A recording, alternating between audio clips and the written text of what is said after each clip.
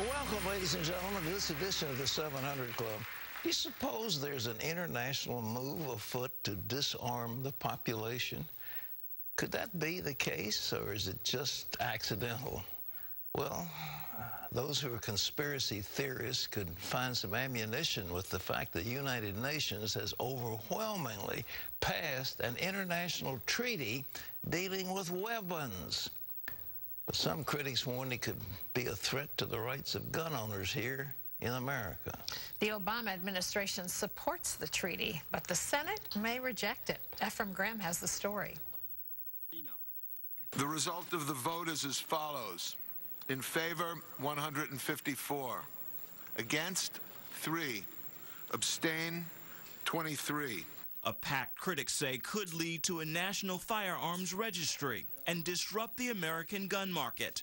The treaty requires countries to take actions to ensure their arms exports won't be used to harm civilians or violate human rights laws. The treaty we have agreed will make trade in conventional arms more responsible and transparent, reduce human suffering, and tangibly contribute to international peace, security, and stability.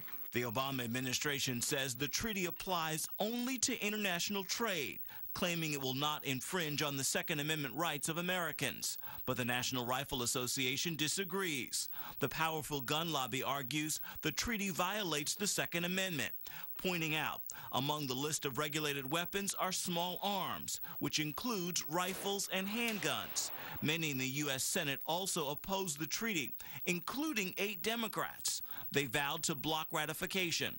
A 2/3 majority is required to make the treaty legally binding in the U.S. Senator James Inhofe said, quote, Americans will not stand for internationalists limiting and infringing upon their constitutional rights. And Senator Thad Cochran is also opposing the treaty, saying the Senate has already gone on record in stating that an arms trade treaty has no hope, especially if it does not specifically protect the individual right to bear arms and American sovereignty.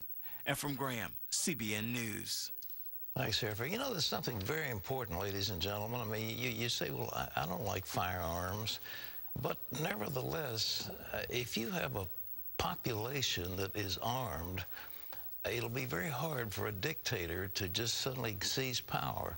If the population is disarmed, it's very easy for a small group to seize power, take control of the major armament depots of the nation, and force conformity. So just keep in mind, this arms control is a weapon of dictatorship. It's not the weapon of freedom.